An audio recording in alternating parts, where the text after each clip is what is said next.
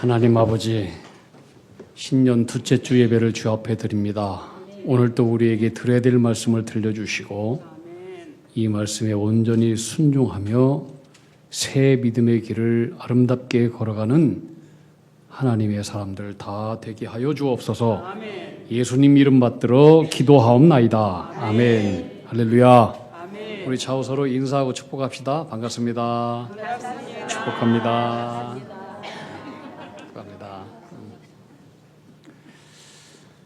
오늘 말씀의 제목을 신앙을 전승하는 교회 이렇게 잡았어요.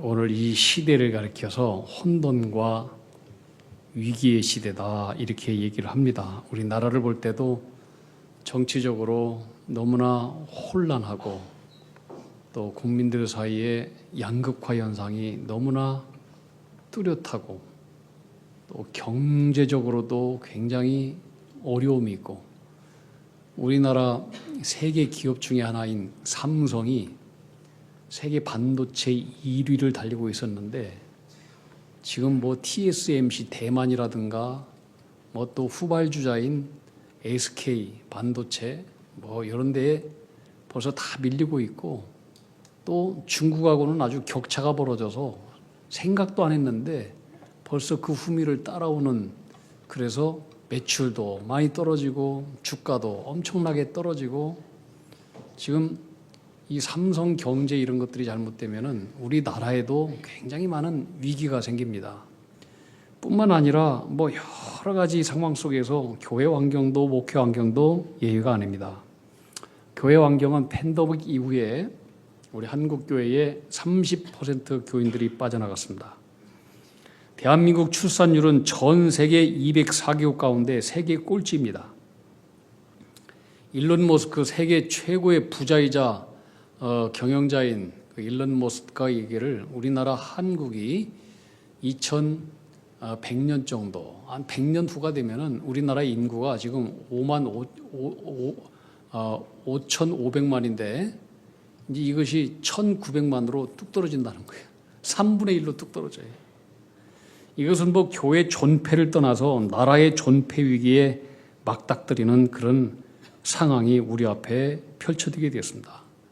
2020년도의 청년 숫자는 약 1,000만 명, 1,021만 명 정도 되는데, 근데 2050년이 되면은 청년 세대 숫자가 약 500만으로 반절이 뚝 떨어진다라고 하는 통계가 있습니다. 설상가상 이 결혼 정년기에 있는 우리 청년들이 또 결혼을 잘 안 하려고 해요. 그래서 통계에 의하면은 10명당, 청년 10명당 한 3명 내지 2.5명 정도가 결혼을 하고 나머지는 결혼 안 한다는 거예요. 요즘 결혼하는 참 청년들 보면은 얼마나 기특하고 아름답고 참 귀한지 몰라요. 그죠? 네. 결혼하셔야 돼요. 사도 바울의 특별한 은사가 아니면 모르겠지만 애를 안 낳으면 도대체 이게 나라가 어떻게 되겠어요? 망하는 거지. 제 나이 때는 서울에서 대성리, 청편, 강촌, 춘천으로 이어지는 경충선을 따라서 캠프를 많이 다녔습니다. 그때 기타를 배고 불렀던 노래가 뭐냐면은 조개 껍질 먹고 그녀의 목에 걸고 모닥불 피워놓고 마주 앉아서 우리들의 이야기는 끝이 없어라. 인생은 연기 속에 죄를 남기고 뭐 말없이 사라져가는 모닥불 같은 거. 옛날의 노래는 그렇게 서정적이고 참 좋고 그랬는데 요즘 아이들이 부르는 노래는 나 하나도 몰라요. 내 청각이 잘못된 것도 아닌데 무슨 귀신 신나라 까먹는 소리를 하는 것처럼 막 이상하고 서정적이지도 않고. 요새 우리 딸한테 야, 너 세시병의 노래 알아? 송창식의 뭐 우리는 빛이 없는 어둠 속에서 그거 알아? 모른대요. 그런 노래보다도 현란하고 관능적인 춤에다가 말은 도깨비 같고 빠르고 말초적이고 즉흥적인 문화에 더욱더 익숙하고. 세상이 참 변해도 많이 변했어요. 많이 변했어요. 조개 껍질 묶어 그녀의 목에 걸고 조개를 보면은 모닥불에 태워가지고 자기 먹을 생각만 하지. 요새 세상이 완전히 달라졌어요. 중학교 때까지는 뭐 윤리 도덕을 배웠는데 우리 때는 다 배웠잖아요. 근데 고등학교 때는 이제 윤리 도덕 과목이 없대요. 뭐 대학교 시험 보는 과목도 없다는 거예요. 그리고 요새 아이들은 기성세대의 틀을 꼰대 문화라고 합니다. 그래서 저기 아버지가 뭐 우리 꼰대 온다 그런대요. 여러분 다 꼰대예요. 여러분 다 꼰대. 요새 세대는 이 다음 세대가 아니라 완전히 다른 세대가 되었어요. 다른 세대예요, 완전히. 저도 우리 아이들 키워보니까 다른 세대예요. 저기 어디 무슨 화성에서 온 애들 같아요. 여러분, 부모님이 예수 믿는다고 해서 자녀들이 예수 믿습니까? 교회 중직자에도 예수 안 믿는 자녀들이 얼마나 많은지 몰라요. 사사기 시대처럼 신앙 전승에 실패하고 있고 이것이 우리 한국 교회의 위기입니다. 제가 영락교회에 있을 때에 그 한 장로님이 저한테 이런 의미 있는 얘기를 했어요. 목사님, 참 요새 걱정이에요. 뭐가 걱정입니까? 우리 부모님 세대는 그때 일제시대와 또 6.25 전쟁 그 험난한 시대, 또 가난했던 그 시대를 거쳐 나오면서 하나님 아니고는 살 수 없는, 하나님을 붙드는 생명 다하는 그런 순기적인 신앙으로 살아왔는데 우리 부모님의 세대를 보고 자기 자신을 돌아보면은 부모님의 신앙보다도 자기의 신앙은 훨씬 더 떨어진다는 거예요. 발에 뒤꿈치만큼도 못 따라간대요. 근데 더욱더 걱정스러운 것은 우리 자녀들은 나의 믿음보다도 훨씬 더 못하다는 거예요. 이 공감스러운 얘기잖아요, 다. 세대가 이어지면서 다음 세대 계속 우리 부모님 세대보다도 할아버지 세대보다도 더욱더 믿음이 단단하고 성숙한 믿음으로 전승되고 정승되어야 될 텐데 오히려 가면 갈수록 그 신앙의 전승이 끊어지고 더욱더 바닥으로 가고 이것이 우리 한국교회 참으로 어려운 문제예요. 우리 한국교회도 지금 한때 엄청난 유럽의 부흥운동이 있었고 교회가 상승했던 그 시대 집어넣어서 이제 떠난 거예요. 이제 떠나서 영국 가면은요 그 예전에 그렇게 화려했던 교회당이 지금 다 술집으로 변했어요. 댄스장으로 다 팔렸어요. 우리나라도 그렇게 안 된다는 보장이 없어요. 세계적으로 기독교인들은 감소해요. 근데 세계적으로 날마다 매년마다 증가되는 종교가 있어요. 이슬람이에요, 이슬람. 이들은 애도 많이 나요. 또 신앙 전승률은 거의 100%에 가깝게 신앙이 전승돼요. 통계에 하면 우리나라 이슬람 인구가 약 40에서 50만 정도 된대요. 이슬람은 전략적으로 대한민국을 그들의 선교의 전초 기지로 삼아서 지금 동아시아에 뻗어나가고 있어요.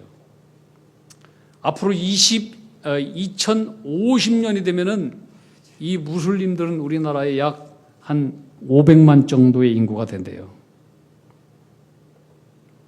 우리나라는 지금 인구 절벽이에요. 무슬림들은 애도 많이 나요. 신앙 전성은 100% 돼요. 시간 문제예요, 시간 문제. 결국 우리나라, 이 거룩한 나라, 한반도, 대한민국이 통째로 그들한테 나라를 바치게 될 날도 멀지 않은 것 아닌가. 그런 걱정과 염려가 되는 거예요.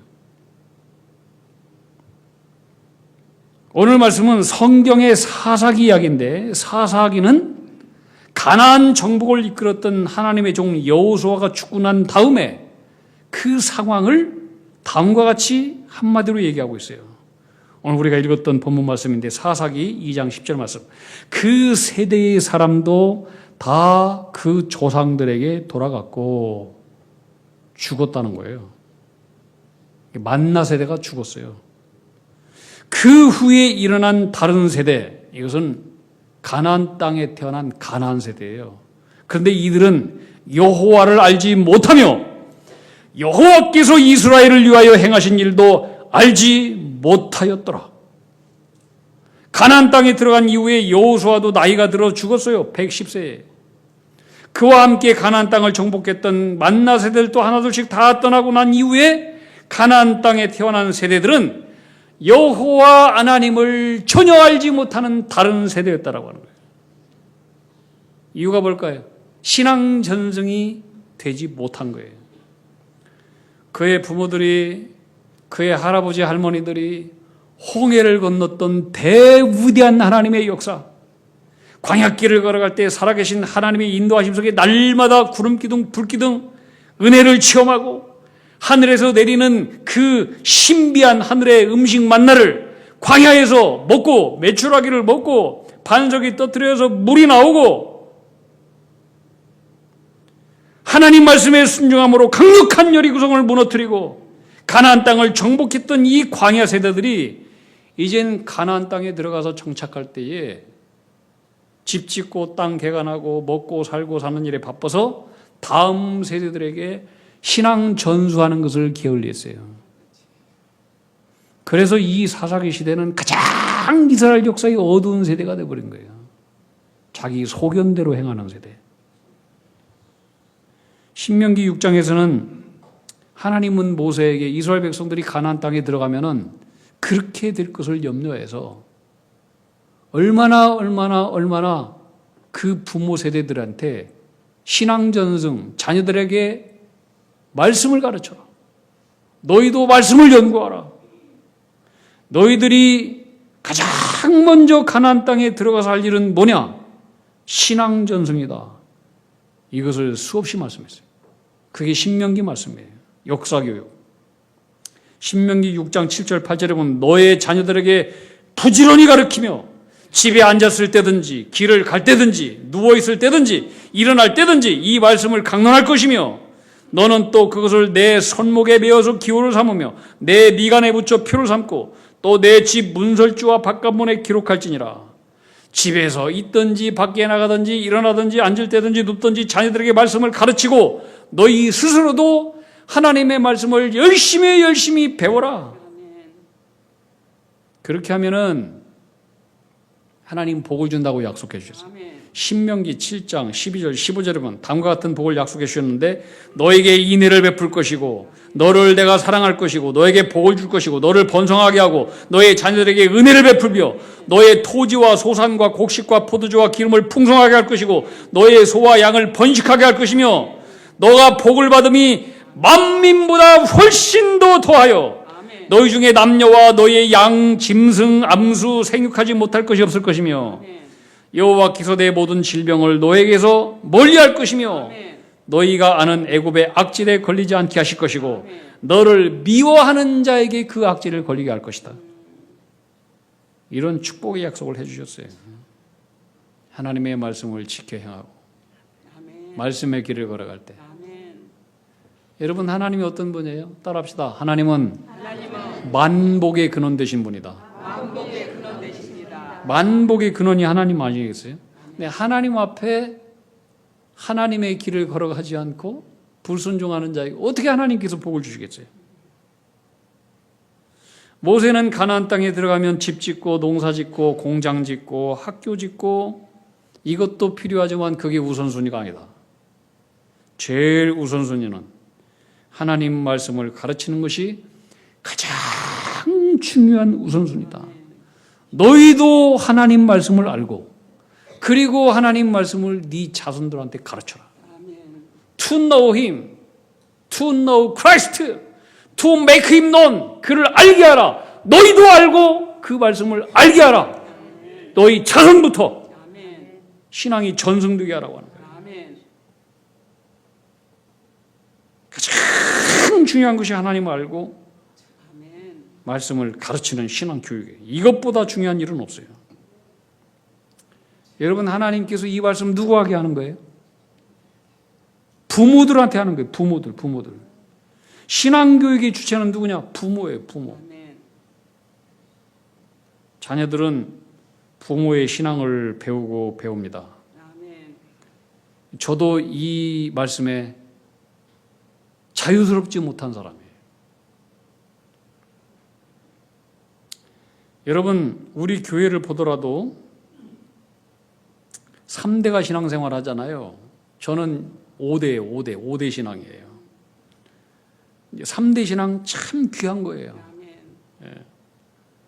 하나님께서 하나님의 말씀을 사랑하고 그를 경외하고 예배하고 그를 섬기고 그 앞에 충성을 다한 백성들 자자손손 대대로 왜 복을 내려주지 않겠어요?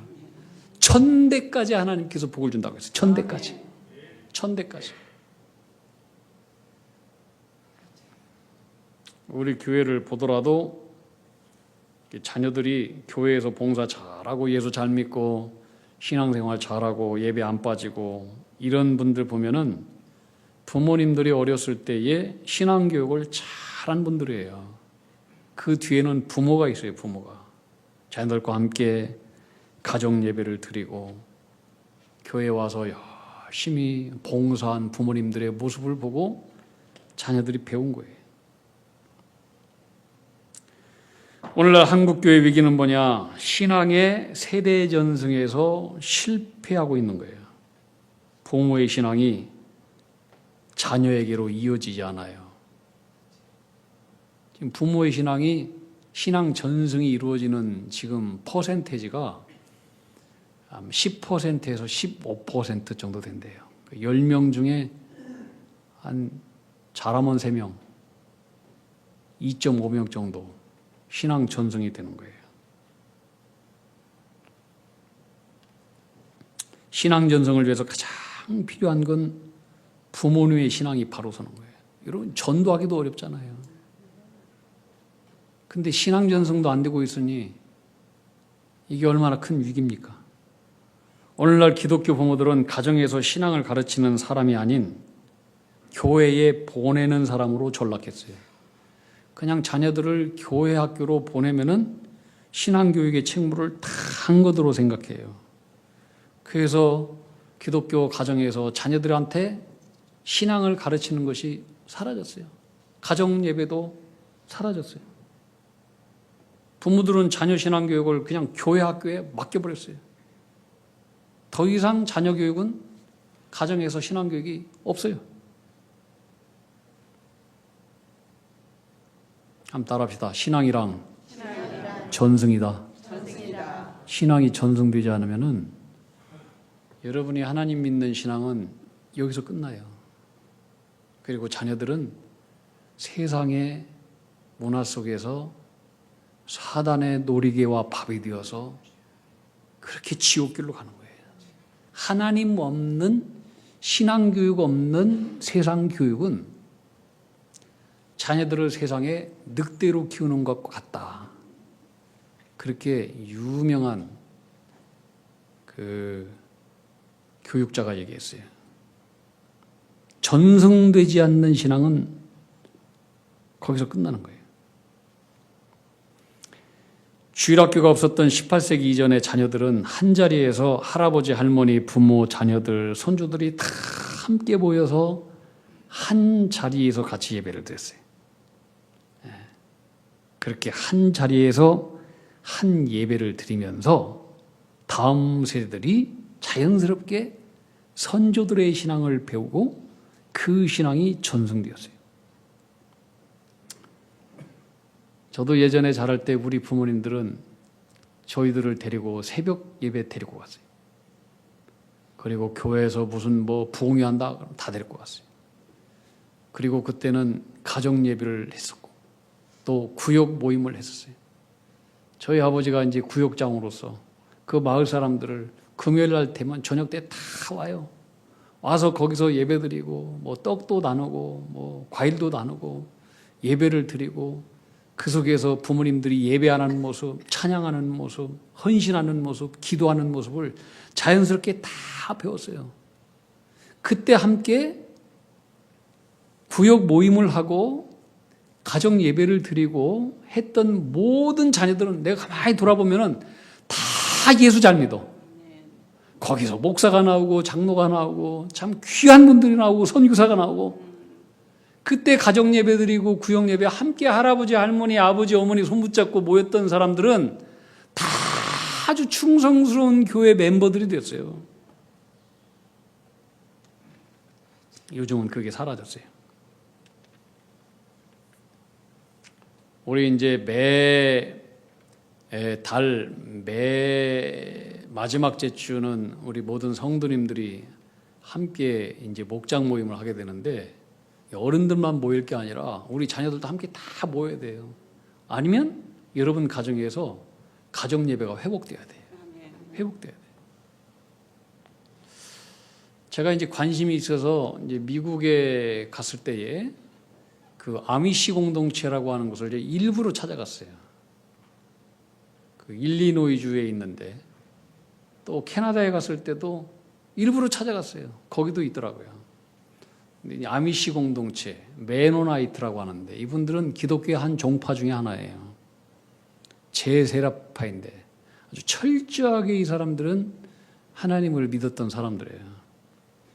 그래서 이제 이분들이 그 유럽에서 독일에서 스위스에 살면서 종교의 박해를 많이 받았어요. 미국으로 종교 박해를 피해서 이주한 사람들인데 지금까지 약 300년 동안 지금도 현대 문명을 거부하면서 지금도 마차 타고 다니고 뭐 전기도 없고 뭐 휴대폰도 안 사용하고 그러면서 전통 목장을 하고 그렇게 사는 사람들이에요. 그래서 제가 이제 아미시 공동체를 저 보이네 봤는데 참 그 마을에 가니까 숨통이 트여 숨통. 이게 사람 사는 세상이구나. 자유함이 있고 행복감이 넘치고 스트레스가 확 풀리고. 이 사람들은 현대 문명을 거부해요. 아미시 공동체는 범죄가 없어요. 폭력도 없어요. 알코올 중독자도 없어요. 이혼도 제로예요. 약물 복용도 거의 안 해요. 이 사람들은 화평해요. 서로 협력해요. 니거 내 것이 없어요. 근데 이들의 자녀들이 16살 정도가 되잖아요.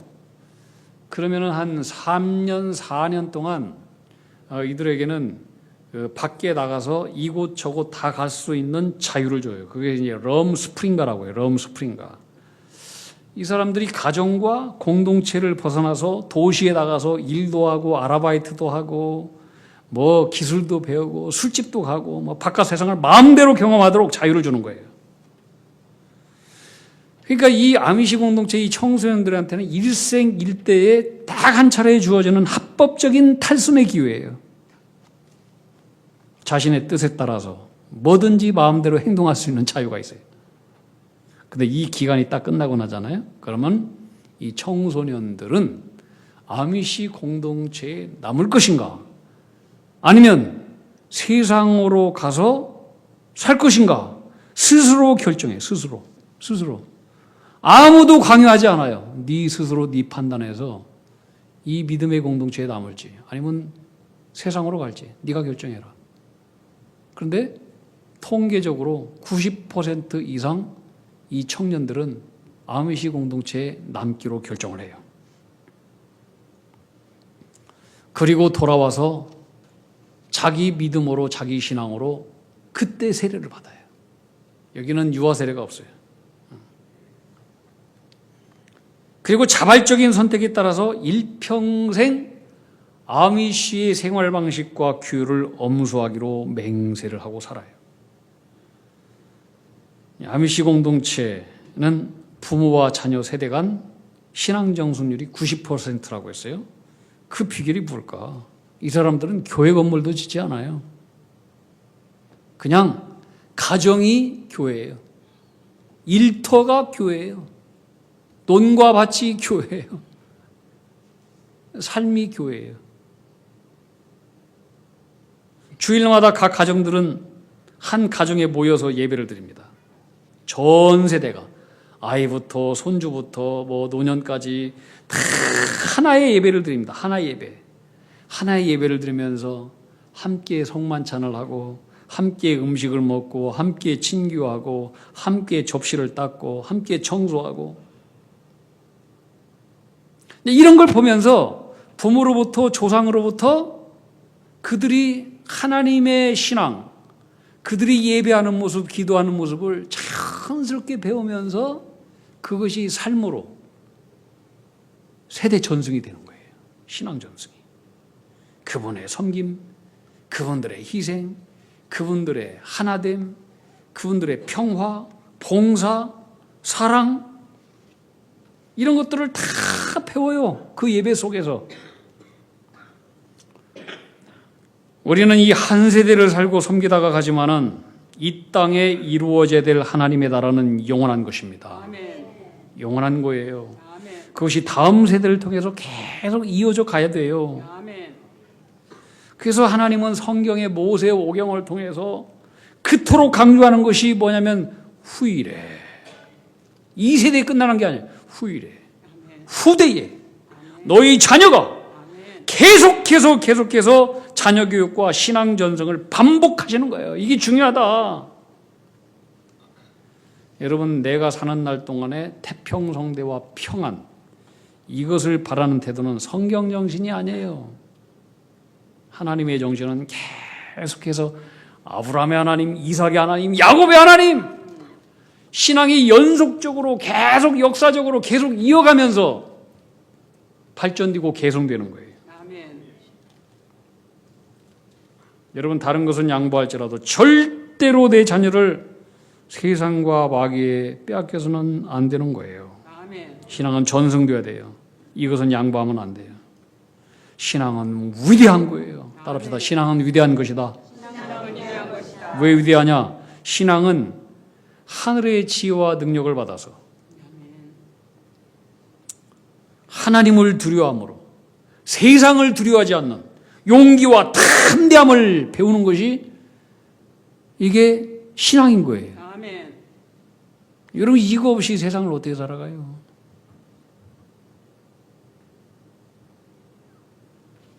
내가 가지고 있는 신앙보다 우리 자녀 다음 세대가 더 큰 믿음을 가지고 아브라함의 하나님, 이삭의 하나님, 야곱의 하나님, 계속해서 자자손손 대대로 언약의 하나님의 신앙이 전승되어서 여러분 후대의 자자손손 대대로 하나님의 약속된 복을 받고 아멘. 은혜를 누리고 아멘. 구원을 누리는 아멘. 우리 하나님의 자녀들, 복된 가정들, 우리 교회 되기를 주님의 이름으로 축원합니다. 아멘. 기도합시다. 하나님 아버지, 우리 가정을 축복하시고 신앙이 전승되어서 아브라함의 하나님, 이삭의 하나님, 야곱의 하나님, 그런 가정이 되게 하여 주시옵소서.